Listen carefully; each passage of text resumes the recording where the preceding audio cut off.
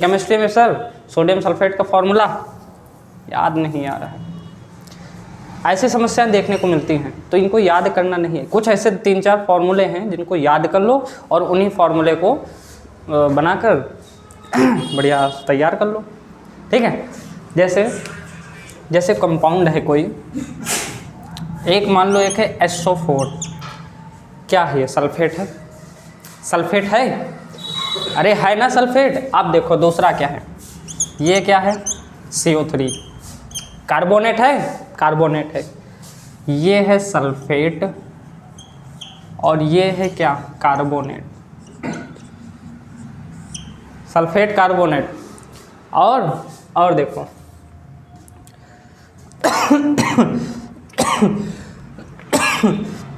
जैसे इसका हमको बनाना है Na2। Na क्या है? सोडियम होता है। Na सोडियम होता है। सोडियम के साथ अगर हम SO4 जोड़ देंगे तो क्या बन जाएगा? Sodium plus sulphate. Na हमारा हो गया सोडियम प्लस SO4 क्या हो गया? क्या हुआ? सल्फेट। तो ये क्या हो जाएगा?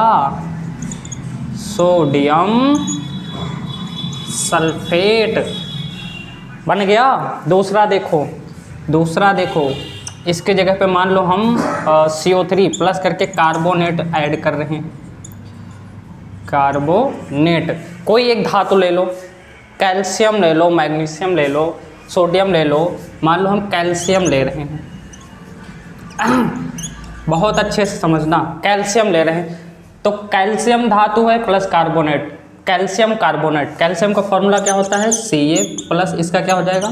CO3। तो इसका फॉर्मूला क्या हो गया? CaCO3। बहुत सारे फॉर्मूले ऐसे करके बना सकते हो, लेकिन कब बनेंगे? पेन कॉपी लेके बैठो तो सही, एक बार बैठो, मन लगाओ पढ़ाई करने का, बन जाएगा, ठीक है। CaCO3 हो गया। और बना लो, Mg बना लो प्लस SO4। इसका नाम क्या होगा? Mg क्या होता है? मैग्नीशियम होता है। मैग्नीशियम और SO4 क्या होता है? सामने लिखा हुआ है सल्फेट। तो ये क्या हो जाएगा? Magnesium sulphate.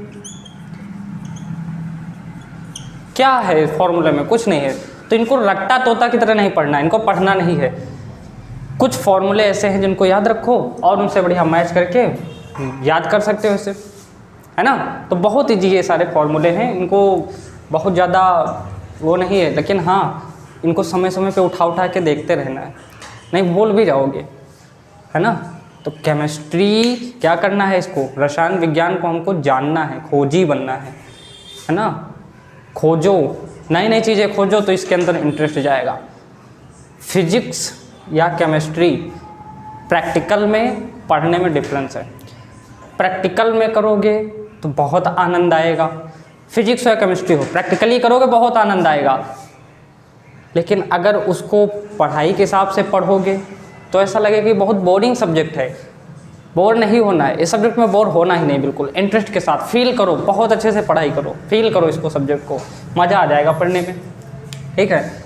बहुत सारे इसी टाइप के फॉर्मूले हैं। जैसे अगर मैं फिटकरी का कहूँ, फिटकरी का क्या होता है? पोटासियम का फॉर्मूला क्या होता है? K2SO4 × Al2SO4 का होल ट्वाइस × 2,4H2O। तो थोड़ी सी ये फॉर्मूले बनाने का जो ट्रिक है वो मैंने आपको बता दिया है ना। अब इसको तुम लोग बहुत अच्छे से बहुत सारे फॉर्मूले बना सकते हो। सॉरी, पीरियोडिक टेबल में इतने सारे तत्व हैं, तत्वों को मिलाकर फॉर्मूले बना सकते हो, ठीक है। तो बन जाएंगे फॉर्मूले। अभी इसके बाद एक लेक्चर और आएगा, उसमें आपको जो विलयन के प्रकार हैं वो सारे डेफिनेशन आपको बताएंगे, ठीक है। और ये फॉर्मूले बनाने का जो ट्रिक है वो बहुत अच्छे से आपको आनी चाहिए। इसमें कोई विशेष ज़्यादा ट्रिक नहीं है, बस जानने के लिए हम आपको बता दें ताकि याद करना ना पड़े। हालांकि 2-3-4 फॉर्मूला याद करने पड़ेंगे, उसके बाद सब ऑटोमेटिक बनते चले जाएंगे, ठीक है। तो ध्यान देना इस बातों को।